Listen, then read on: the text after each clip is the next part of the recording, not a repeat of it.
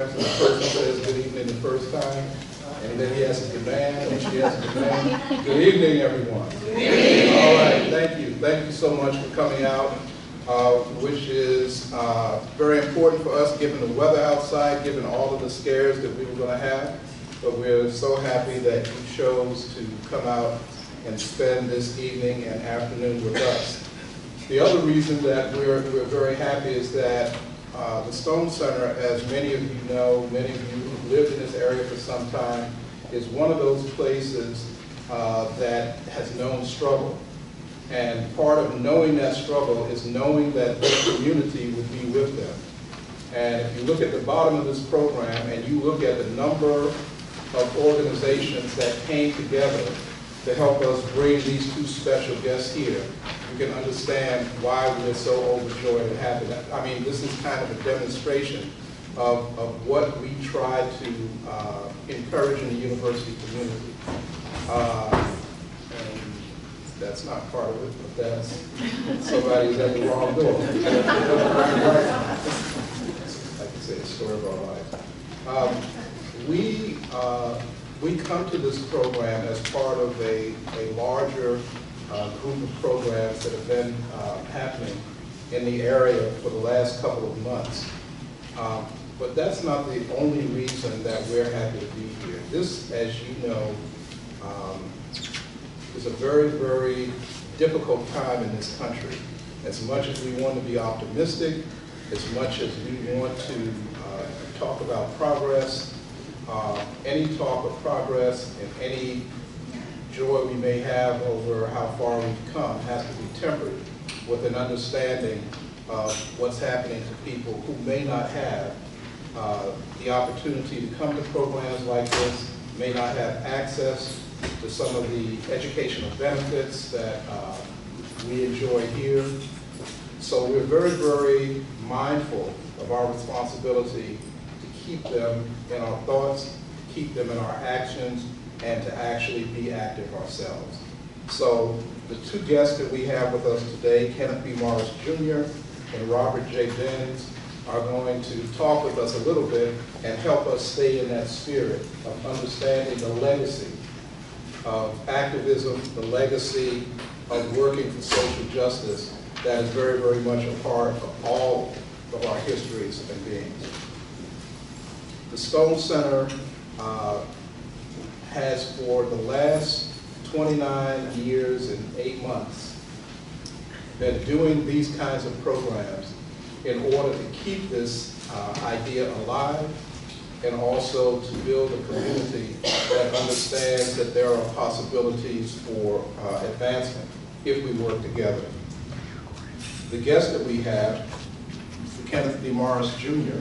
And if you look on the back of your form, I'm not going to read the entire intro. Mr. Morris descends from two of the most influential names in American history. He is the great-great-great-grandson of Frederick Douglass and the great-great-grandson of Booker T. Washington. His mother, Nettie Washington Douglass, is the daughter of Nettie Hancock Washington, granddaughter of Booker T. Washington and Dr. Frederick Douglass III, who is the great-grandson of Frederick Douglass. Prior to co-founding FDFI in 2007, Ken was a partner at CNA Marketing, a marketing and entertainment firm partnership recognized as a leader in the field of corporate meetings and center travel and the development of customized marketing programs. He has been a member of the board of directors of Kaleidoscope Arts Factory, a nonprofit performing arts organization for children in Corona, California, and the Booker T. Washington Family Committee and the Dean's Advisory Committee at the University of Laverne. Our second guest who's going to be in conversation with Ken is Robert J Benz, and he is responsible for policy, programming, and strategic development at the Frederick Douglass Family Initiatives.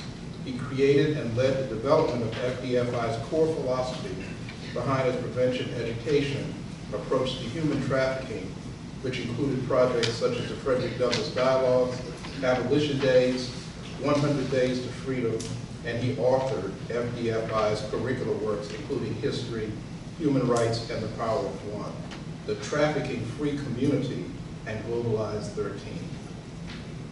Tonight, we are giving them complete freedom to have this conversation with themselves or between themselves, and then to invite you to join in conversation with them as well.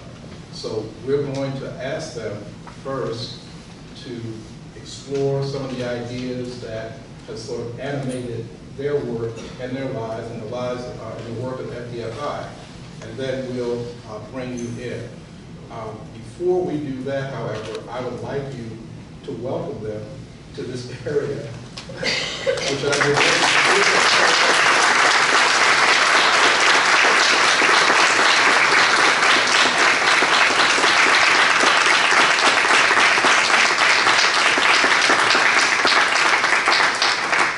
Without further ado, we're going to move right into this part of the program, and the rest of the program will proceed as you have it on the paper. Well, thank you. Is my mic on here? No?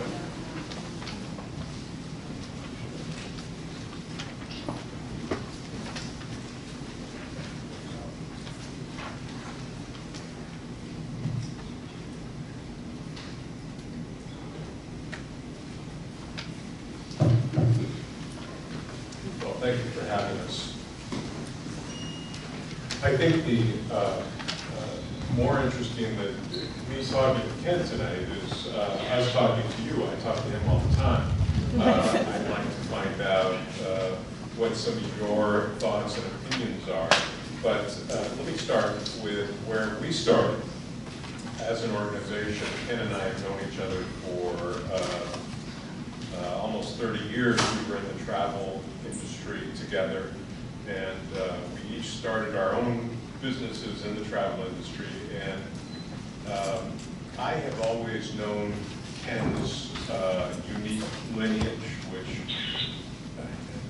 if you've read it, I'm sure that you were as amazed as I was for many years, and Ken was a lot less impressed than I was about his own lineage. And so I talked about it a lot, and around 2003, when I read a National Geographic cover story called 21st Century Slaves, I thought that what a great opportunity to help address this issue of contemporary slavery it would be to have a direct descendant of Frederick Douglass help address it in some way. We weren't sure exactly what way it was, but we began to research the issue of contemporary slavery after 2003. And we decided in 2007 to begin an organization that would at that time be called the Frederick Douglass Foundation. Later we called it the Frederick Douglass Initiatives. We changed the name. And we wanted to reflect the legacies of both Frederick Douglass and Booker T. Washington. We had a tagline of abolition through education, using both of those legacies. And we believe that this issue of contemporary slavery, from what we learned at that time, was missing something, and that was the connection to history. I think a lot of people who feel a passion for people that are exploited in sex trafficking or labor trafficking suddenly feel like, I have to do something about this. This is a terrible thing. Something's got to be done. And it can be overwhelming how much pain people are going through, how much injustice is related to the issue of human trafficking. But what people don't typically think about is the connection of history to this contemporary issue of slavery. And that's what we've tried to bring to human trafficking and contemporary slavery is, first of all, we thought, well, what is human trafficking? Why do we call it human trafficking, and why not call it slavery? And what we came to is that we couldn't call it slavery because Abraham Lincoln freed the slaves. Abraham Lincoln ended slavery in 1865. Slavery was a topic or a subject that we couldn't discuss anymore. When I brought this up among people we knew, friends, they had a reaction, an emotional reaction. Slavery doesn't exist anymore. I know it doesn't exist. I know from my history books that slavery ended in 1865. Abraham Lincoln ended this. That's why we had to call it human trafficking. We had to rename it because slavery existed on an island now. It existed in our past, and it can't exist today. When we called human trafficking, when we called contemporary slavery by a new name, human trafficking, we gave contemporary enslavers a free pass because we had to relearn what slavery was. We're calling it by a different name, so we have to re-understand what this is all about. And that's put us at a great disadvantage. It's put law enforcement at a great disadvantage. It's put us at a disadvantage because we don't know what human trafficking is. We know what slavery is, but it can't be the same thing because slavery is illegal now. And so we found ourselves in education. This is, to us it was about learning, relearning what slavery was. And we immediately placed ourselves in the classroom. In 2008, we started doing a tour of the East Coast in classrooms, in schools, first of all, that were named after Frederick or Booker T. Washington, because we figured they would allow us in, not knowing who this new organization was. And we began talking immediately to young people about the issue of contemporary slavery and its connection to history. We soon began to create curriculum because we believed that students need more than just us talking in the classroom. They need teachers to help them understand both the contemporary and historical aspects of slavery. And we sort of evolved from there, and I think that we have become a leader in the area of prevention education, whereas the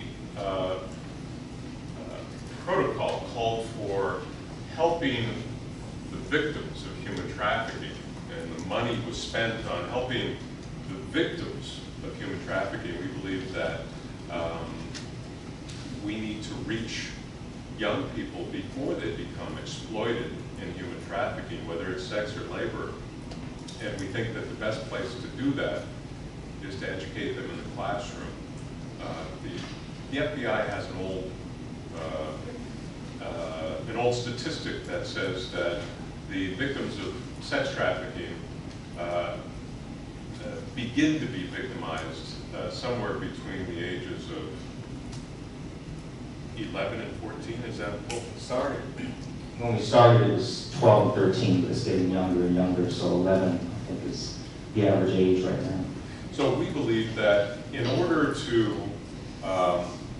reach young people, to help them understand what may be happening to them, if it's a process of grooming from an adult, grooming them to eventually be sexually exploited, commercially sexually exploited, then we believe that we need to reach them before that happens. And we've done that through curricula in the classroom, helping them understand, first of all, what is exploitation, what is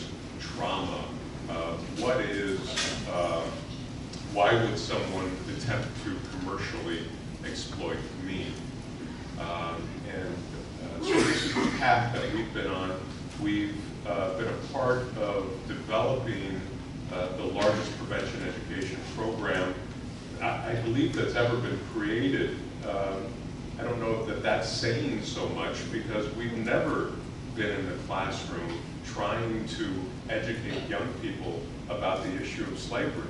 In 1865, we basically said to 4 million people, congratulations, you are now free. Let's not talk about this anymore. And we didn't.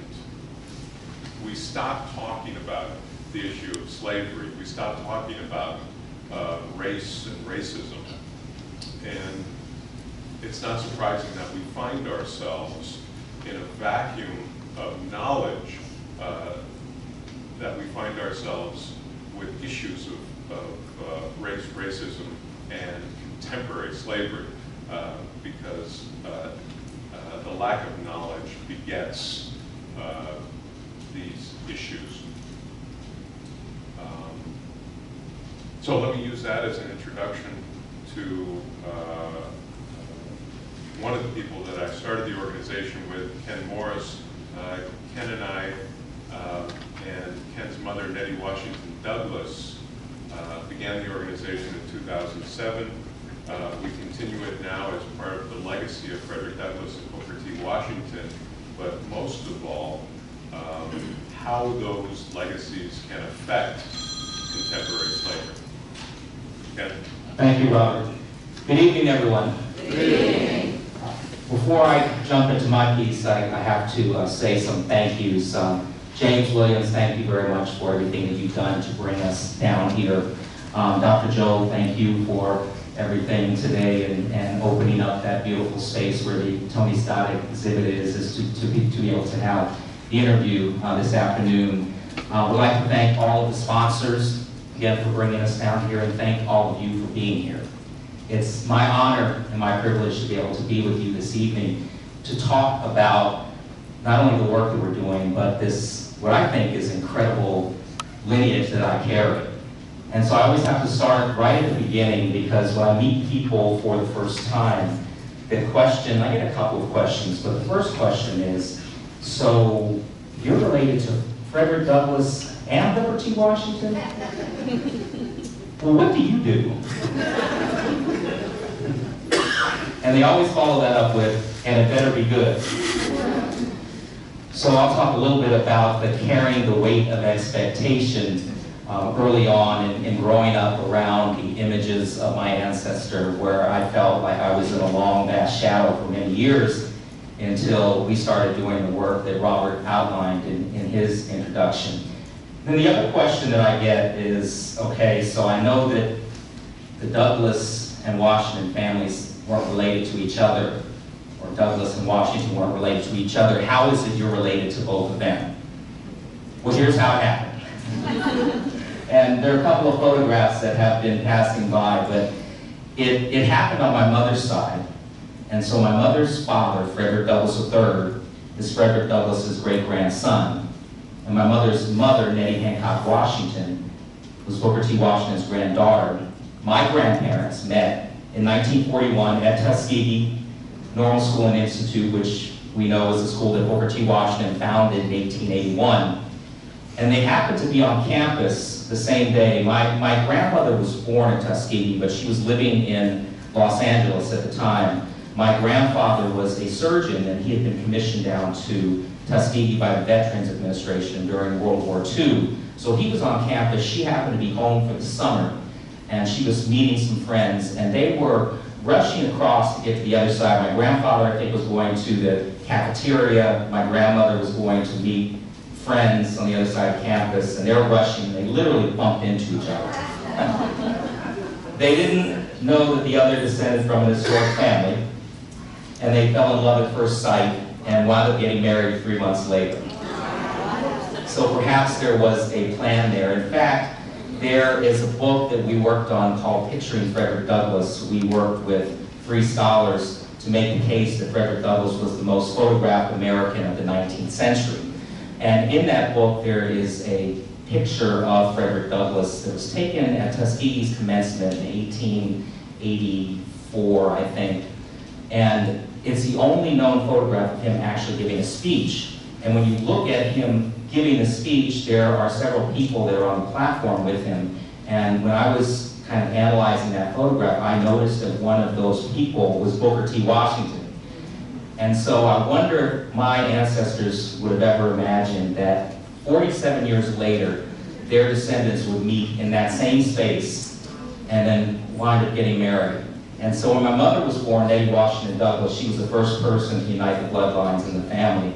And she was an only child, so I would be first male to carry that dual lineage. And so, of course, I'm very proud to have the blood of two of this country's greatest heroes flowing through my veins. And as Robert mentioned, I didn't really celebrate it when we met more than 20 years ago. I never embraced it. And there were a lot of reasons for that. I had seen what the weight had done to those that came before me and the pressure of trying to live up to two iconic leaders. It's kind of a difficult thing. And I actually started to feel it. I was about 5 years old. And I spent all of my summers in Frederick Douglass's summer beach house on the Chesapeake Bay in a place called Highland Beach, Maryland. It was a resort community that was started or founded by my great-great-grandfather, Charles Douglass, who was Frederick and Anna's youngest son.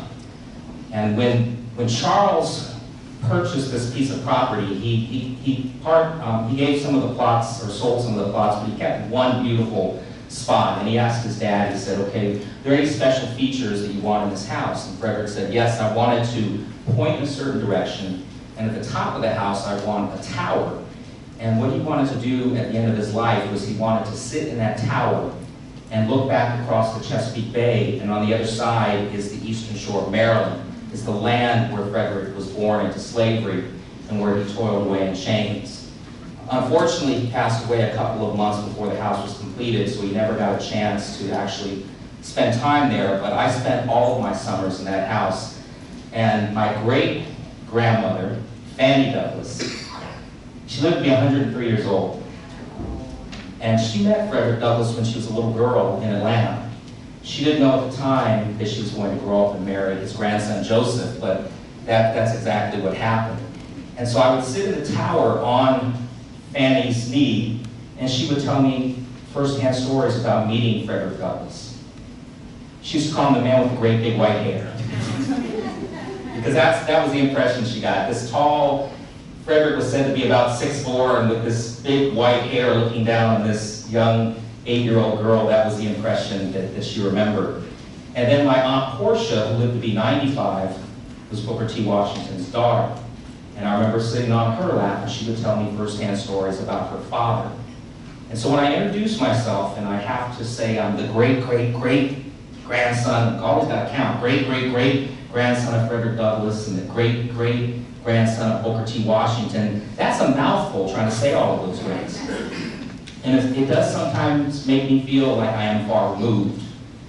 And one day when I was with a group of students, and they were looking at me cross-eyed, like, man, you are so far removed, and what does all of this history have to do with my life today, and why are we studying history? And I was trying to wrap my mind around the distance between the generations, and then I had this thought when thinking about my great-grandmother and my Aunt Portia, that hands that actually touched the great Frederick Douglass and hands that touched the great Booker T. Washington also touched mine. So even with all of those greats, I can say I stand just one person away from each man. I stand one person away from history, and I stand one person away from slavery. And as we all know, we're not that far removed from the history of slavery in this country. And because of our unique connection to history, everything that we do at our organization is built on the foundation of really one moment in Frederick Douglass's life. And as I mentioned, he was born in the eastern shore of Maryland. He only saw his mother 4 times his whole life. Didn't know who his father was. It was presumed that his father was his master, but he was never able to prove that. He had 7 brothers and sisters, but they were like strangers to him. But he did have something that happened that he wrote in his first autobiography, The Narrative of the Life of Frederick Douglass. He wrote in that autobiography that I had something happen in my life that he called divine providence in his favor. And that was he was chosen from among all of the children on that plantation And it was a big and bustling plantation that his owner owned more than 1,000 enslaved Africans, and so there were a lot of children there. And he was chosen from among all the children to go to Baltimore to be the house servant for his master's brother. And when he got there, his slave mistress, Sophia Auld, had never had an enslaved person before. And she didn't know that it was illegal to teach young Fred his ABCs. So she was just, at that time, a kind lady that saw this bright little boy eager to learn, and so she started to teach him his letters. And when his master found out about it, Hugh Auld, he got angry, and he forbade the teachings and the lessons, and he looked at his wife, and he looked at young Frederick Bailey, and he said, "You cannot teach a slave how to read and write, because if you do, it will unfit him to be a slave." Frederick looked at his master, and he heard that message loud and clear, and he said, if you don't want me to have this, I'm going to do everything in my power to gain it. And he understood right then and there that knowledge is power. We hear that today. That's a message that's relevant to our young people today. And education would be his pathway to freedom. It would be his key to freedom. In fact, later in life, when he was this white-haired statesman who was the first African-American nominated for Vice President of the United States, first African-American U.S. Marshal, first African-American Ambassador and Consul General to Haiti, first African-American Recorder of Deeds in the District of Columbia, the first African-American to have a statue dedicated in his honor, and the list goes on, and people would say, "Frederick, I need to know where you went to school. Where did you get your education?"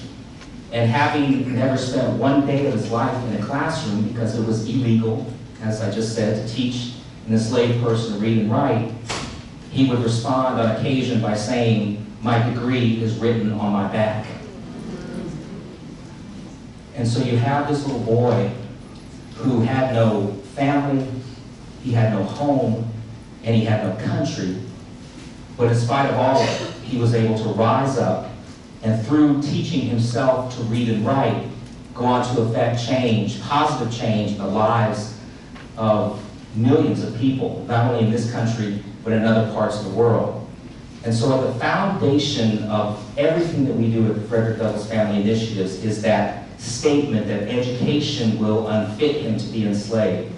And so when we decided to do this work around human trafficking prevention, we started with education and young people being the starting point, because not only can we reduce their vulnerability to being exploited through education, we can unfit them to be enslaved through education, but then they become the agents of change in their communities. They become modern-day abolitionists. And with service projects, there's always a service component or a civic engagement component that's attached to the learning and the curricula that we deliver in the classroom. And so they use their talent, their passion, their creativity, their intellect to figure out how they can not only work on the issues that we're concerned about, but just on social justice. If many of the students are interested in eradicating poverty or homelessness, they're interested in working on issues for rights for women and girls or the environment. We want to inspire them through the stories of my ancestors, but not only my ancestors, all the other great heroes and heroines that came before us. And so when Frederick Douglass, just imagine, he starts to teach himself to read and write, and he was in Baltimore, so he was not on the plantation. He was now in an environment where he was around free black children, and he was also around poor white children. And he was very clever at the way he went about teaching himself. He would pick up some chalk or a stick off the ground, and he would write in the dirt a letter, or on the wall, scratching the wall, and he would ask one of the kids in the neighborhood, "Susie, is this how you write an S?" And she would say, "No, Freddie B, this is how you write an S." The reason I call him Freddie B is because he was born Frederick Augustus Washington Bailey. He would change his name to Frederick Douglass after he escaped from slavery to make it harder for his master to be able to track him down. He would also carry in his pocket bread, and he would trade bread for reading lessons. In that narrative, he wrote, "I was always so hungry as a slave child. I always had this pit of hunger in my stomach that would never go away. And on occasion, when I would get food, the overseer would take cornmeal mush, throw it into a pig's trough, and all of the children, including Frederick, would crawl on their hands and knees as fast as they could to try to eat what little food was in there, to eat like pigs, to eat like animals, because that's what he was considered. He was property. He did not own himself. He was no better than the sheep and the cattle and the horses. So now if you think about the story that this little 9-year-old boy would trade bread, he would trade food, something of such great importance to him, for reading lessons. You young people I see in the back, what does that say about the value of education? That he would trade something of such great importance for that knowledge. He would rather feed his mind than his stomach.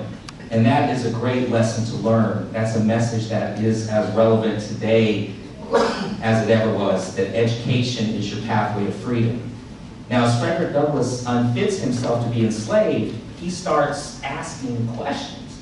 He said, you know, I didn't know I was a slave until I found out I couldn't do the things that I wanted to do.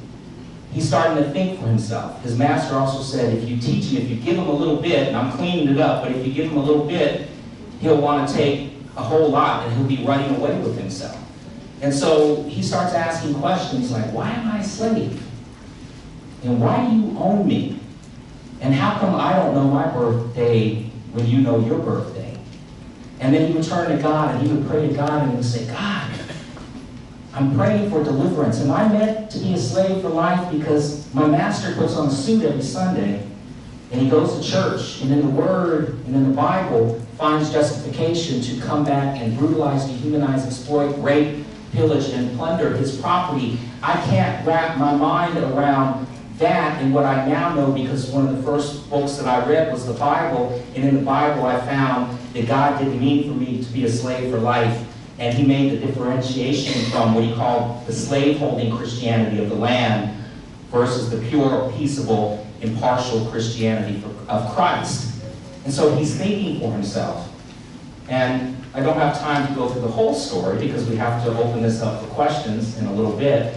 But I just want you to know that he would finally have the courage to run away at the age of 20 on September 3rd, 1838. And he would go to New York City, where he would call for Anna Murray Douglass, my great-great-great-grandmother. And I just want to say a few things about Anna, because there would be no Frederick Douglass without Anna. They met in Baltimore. She was born free. She was the first one in her family to be born free. And as Frederick is getting older and he is thinking for himself, he starts to work on the ship docks as a ship caulker, and he and Anna meet. And she really was the first person to plant the seed of thought in his mind that, Frederick, you're not meant to be a slave. And as they're falling in love, she said, I don't want our children's father to be a slave. And I think history is important for a lot of reasons. History is most important to me because we need to know where we've come from in order to know where we're headed. And we're making history at every point in time. We're making history this evening for what is going to happen and reverberate beyond this room when we leave tonight, and the conversation and the discussion that we'll have. And that, I truly believe, will change the course of history. Had Anna not planted that seed of thought in Frederick's mind, who knows if he ever would have had the courage to run away from slavery. Had he not, we'd be a very different country today, because we wouldn't have had the contributions of the great abolitionists. And who knows how much longer slavery might have gone. So whenever we talk to young people, we always want them to understand that every moment in time and the interaction that you have with your peers, the people that you come into contact with, is important because it can change the course of history. Robert talked about that National Geographic magazine that he read in 2003, and he gave that to me in 2005, and the headline was 21st Century Slaves. And I looked at that headline and I reacted the way I think most people do when you hear about the existence of what's called human trafficking, as he outlined, and modern-day slavery. And I thought slavery had ended, with the work of the abolitionists and the signing of the Emancipation Proclamation and the ratification of the 13th Amendment. But as we started to do our research, and I remember reading an article about a 12-year-old girl who was a sex slave in the brothels of Southeast Asia, and she was forced to serve as countless men every day. And I have two daughters who at the time were 12 and 9. So my older daughter is the same age as this young girl that I was reading about. And it was one evening that I was in my living room and I could hear our daughters down the hallway getting ready for bed, and they're laughing and they're playing. They're about to get down on their knees to say their prayers. And I'm thinking about this 12-year-old girl, and I'm hearing my daughters, and I'm thinking, that's what young girls and boys should be doing, is getting tucked safely into their beds and not being forced into bed to service some sick individual. And as I went in to say goodnight to my girls, I had this moment where I didn't feel like I could look them in the eyes. I couldn't look them in the eyes and just walk away from this and not do anything. And this was right around the time that Robert and I were talking about, how do we give back? What can we do? He was fascinated with my lineage. I didn't like to talk about it for a lot of reasons. In fact, he'll deny this, but I remember it clearly that we would be on elevators and there would be strangers that would come on. He would look at the person in the elevator. You look like a Frederick Douglass fan. You look like a Booker T. Washington fan. Do you know who you're riding up on the elevator with? And so it was something that was an uncomfortable moment for me. That happened at a Frederick Douglass event, by the way. So. I told you he would deny it. I told you he would deny it. But at any rate, so that moment in time where I'm looking at my girls and feeling this kind of everything welling up inside of me and understanding really that I did have this platform that my ancestors had built through struggle and through sacrifice. And so when we looked at what could we do, the legacies of Frederick Douglass being the great abolitionist, Booker T. Washington being the great educator, and combining those legacies and abolition through education was the way that we went about doing this. And so we started in schools, and we had great success being able to get into the schools to talk about very prickly subjects. Because of our connection to history, we started with the history that we were most familiar with. And what we found is, because we were wrapping these subjects of sex trafficking, child labor trafficking within the context of history, it tends to soften some of the edges of those subjects. So we found that we could get into schools where other organizations, other anti-trafficking organizations, were having difficulty, because if you call up a school administrator and say, we want to come in and talk to your middle schoolers about sex trafficking, you know, they're getting pretty much the hand in the face. But we found that we had access into schools. And then the other thing was, we were spending a lot of time in communities where poverty was rampant and that these young kids were most vulnerable. Once we started talking about this idea that we all descend from somebody that made a difference. We all stand on the shoulders of those that came before us, and we walk in the shoes of those that came before us. And so our young people who don't know where they come from, and it's not their fault, I understand the reasons why the stories haven't been passed down, coming out of hundreds of years of oppression and slavery, and then, as Robert said, emancipation, 4 million people freed with no plan, there was no counseling, there was no post-traumatic stress disorder designation. They were searching for their families, most didn't have education, and so they're trying to figure out their way. So I understand why these stories haven't been passed down, but what we found is that when we put into the psyche of a young person that they also descend from somebody that survived, that overcame. Remember, I had a 10-year-old girl say to me one time, she raised her hand and she said, Mr. Morris, I researched my family tree, and I found that my great-great-great-great-grandmother, 4 greats, I thought I had a lot of greats, was born into slavery. She taught herself to read and write in secret, and then she ran away, and she became a successful businesswoman and a philanthropist, and she looked at me, and she was all excited, and she said, so Mr. Morris, so do you know what all of this means? And before I had a chance to respond, she said, it means I have greatness flowing through my veins, just like you do. And so our young people have greatness flowing through their veins, and we want to empower them and let them know that they descend from somebody that made a difference, may have sacrificed or given up their lives just for the freedom that we have, or may have given up their lives just so that some of us even have a right to sit in a classroom and get an education. You see them sitting up straighter in their chairs, and then once they're learning about this history, they're learning about contemporary forms of slavery, and how they can get involved. And the question is, always has been, well, what can we do about it? And so with that, I'm going to turn it back to Robert. I want to talk about our latest project, which is the book project. It's called 1 Million Abolitionists, and tell you how we're working to inspire 1 million young minds during this bicentennial year. This is Frederick Douglass's bicentennial this year, 200th anniversary of the birth of the great Frederick Douglass. Yeah, yes, we do want to talk about our bicentennial edition of the narrative of the life of Frederick Douglass. I have a question, first of all. This is a good group. I'm wondering what brought people here tonight. Is it Ken's lineage? I imagine it's Ken's lineage. And if that is the case, then what is the utility of a lineage? What is the utility of history? What does it mean to us today in the issues that we're facing, and how do you think that being here is relative or relevant for you? Anyone, please. Why are you here? I'm basically asking the question. Yes. Well, I was really interested.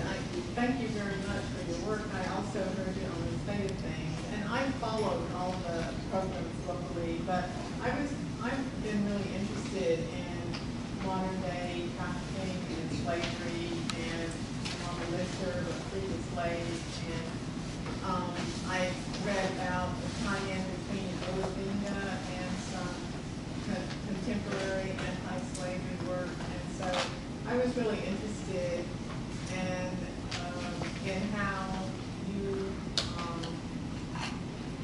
how your work fit into that broader global, and thank you for it. Thank you for that question. It's a great question. It's a piece of legislation that was introduced in 2000 called the Trafficking Victims Protection Act. And we've always felt that that legislation was flawed because it only addresses what happens after the victimization has occurred or after the crime has been occurred. And so it's a victim-centered approach, which we believe in. We need more resources for victims. But if we're only reacting and not doing anything to prevent it from happening, then we're rescuing and restoring and rehabilitating. The cost of that to a community is in the tens of thousands of dollars, and also when you're talking about a child that has been traumatized in that way, trying to get to some semblance of wholeness is a difficult proposition.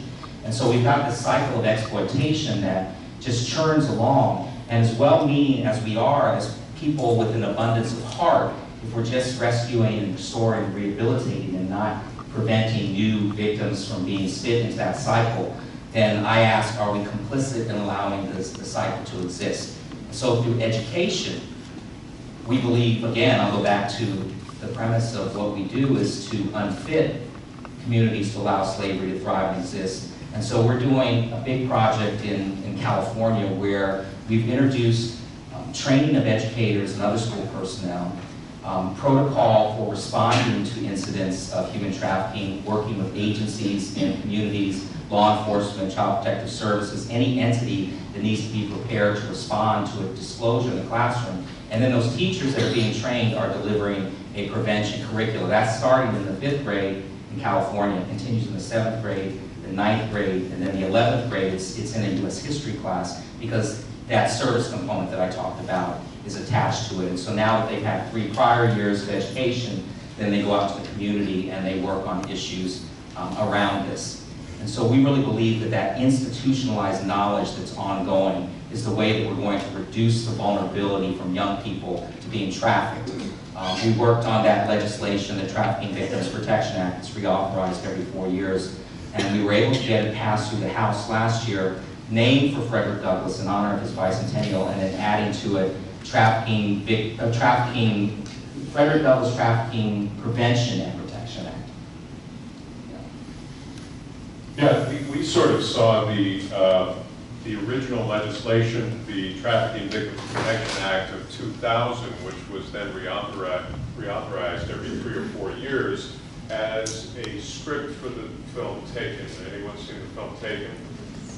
If you ask most Americans, that is their perception of the issue of human trafficking. Human trafficking is Liam Neeson having his daughter stolen by bad guys from Eastern Europe, and Liam Neeson then with a big gun kicking some ass and saving the day.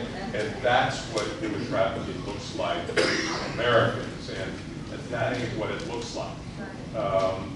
And so this legislation was not just a little wrong, it was a lot wrong, because it's not about the white guy with the gun saving the day. It's about understanding the problem and its genesis.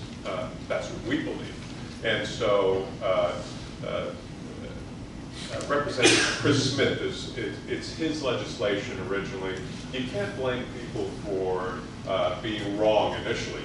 What we blame people for is reauthorizing the same piece of legislation every few years until this year is when we began talking about it and began taking the initiative and saying, hey, this is wrong, we got to do something about it. So it's small steps. It's not all that we want it to be, but it's getting there. We hope it's not finalized yet, but it will be finalized soon. Tell me who else came here for your reason. No, you tell me whatever. Yes, I've been involved in the coming to the table. I don't know if you know about that. It's African Americans and white people talking together, especially people whose ancestors have been involved in slavery, either enslavers or enslaved. But I'm also interested. I also work with in a group with men who are in prison, and one of the big things.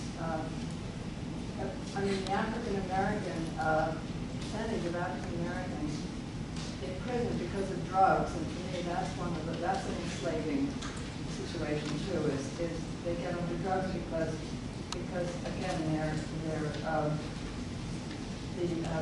the reason and the process is also lack of education, lack of possibilities for jobs. And I mean, I think it's a really serious problem. I wonder if you address it. I mean, that's a huge problem, you know, too, that I wonder what you could say about that or how you address it. Yeah, and you touched on some of the issues that would lead to mass incarceration, but one point that I would make is that they're not there because of drugs, they're there because of unjust laws. So we need to recognize that there's injustice still exists, and for the same amount of drugs during the crack, what they call epidemic, and maybe we should have a conversation about language and words. But you know, now we hear the opioid crisis, and it's a focus on the victims. These are victims. They're addicts, and so let's help them. Whereas when it was people that were mostly colored African Americans, it was let's lock them up. And so this is why we disproportionately see mostly men of color, African Americans, boys and men in prison. And I will say that in our book, we've republished a special bicentennial edition of Frederick Douglass's narrative, and we're going to give away 1 million copies. You know, Frederick Douglass said it's easier to build strong children than to repair broken men. And so our focus has always been on building strong children. And being a descendant of Frederick Douglass my whole life, I've had people of all ages and all races come up to me and say, I read his narrative when they always remember what grade they were in and how old they were. And there are a couple of common threads that I hear. The first is that Frederick Douglass's words that Booker T. Washington's Up From Slavery inspired me to be the leader that I am in my community, my church, my school, my organization. And if I could thank them in person, which most people know you can't thank Frederick Douglass in person, although I'm not sure that yeah, he's done an amazing job. But yeah, so what they want to say is, I would love to thank your ancestors, and because I can't, you become the conduit to saying thank you. When I was younger, that was a hard thing to take, having grown people come up to me with tears in their eyes and wanting to pinch me on the cheek and pat me on the head, hug me and kiss me. But, and then the other thread is that I've had this book in my library for 35, 40, 50 years. And so we decided to inspire our young people, our next generation of leaders, with Frederick Douglass's words during his bicentennial year. And so the introduction was written by Brian Stevens. So we're talking about mass incarceration and the prison industrial complex. And for those of you that don't know Brian, he's the founder and CEO of the Equal Justice Initiative out of Montgomery, Alabama. In fact, James and I will be going to the museum opening. He's got a lynching museum opening that in a couple of days. He was featured with Oprah on 60 Minutes about 2 weeks ago. And Brian is an attorney by trade, and his group works on exonerating people that have been wrongfully convicted on death row and life sentences. So he does great work, but he wrote a powerful introduction for us. He's also a best-selling author. He wrote a New York Times bestseller called Just Mercy. And what he did was he looked at what would Frederick Douglass and the abolitionists have been up against in 1847. So Douglass is 27 years old when he writes this book. He's only 7 years removed from slavery. Again, never spent one day of his life in a classroom. And he's looking at this legal institution where his federal government is saying it's legal to own you and illegal to teach you. What must that challenge have looked like? I mean, we've got some problems today, but imagine that. And thank goodness he didn't turn away from that, and the other abolitionists and people that worked in this. Now, of course, we needed a civil war, but he went, okay, how do we dismantle this institution? And so Brian does a great job of talking about that and drawing a direct line to help us understand how we've arrived here today. Through 90 years of Jim Crow, 60 years of separate but equal, housing discrimination, Voting Rights Act, Civil Rights Act, racial lynching and terror, all the way up to what we consider a legal institution of slavery, and that's mass incarceration in the prison industrial complex. And so the narrative itself appears exactly as it did in 1845.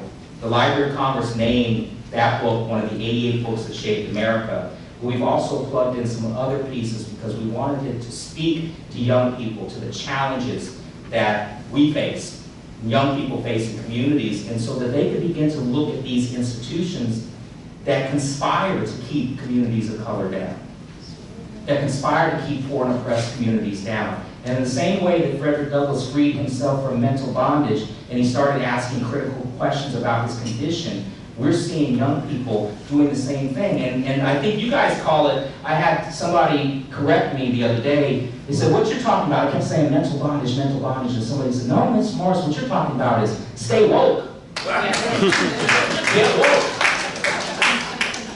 Free, am I right? Is that, so freeing yourself from mental bondage so that we can start to look at what's going on in the world around us. And once you have that education, that knowledge is something that can never be taken away from you, but then you start seeing things that you never saw before.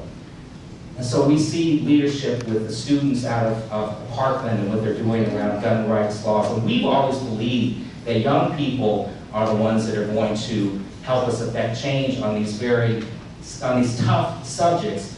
But having them at an age when they're forming their identity and their character and who they're going to become, understand what injustice looks like. And believe and be empowered that they can do something about it. I mean, I was well into my 30s before I got woke and started to think about these things critically. And so we want to inspire 1 million young people with the words of Frederick Douglass. We understand that that's a lofty goal, trying to give away all those books. It's not something that we can do on our own. So we really need the help of community, organizations, any entity that serves the youth population that would benefit from hearing Frederick Douglass's words and learning about his life and legacy, including youth detention facilities and incarceration facilities. We are working to be in those types of places as well.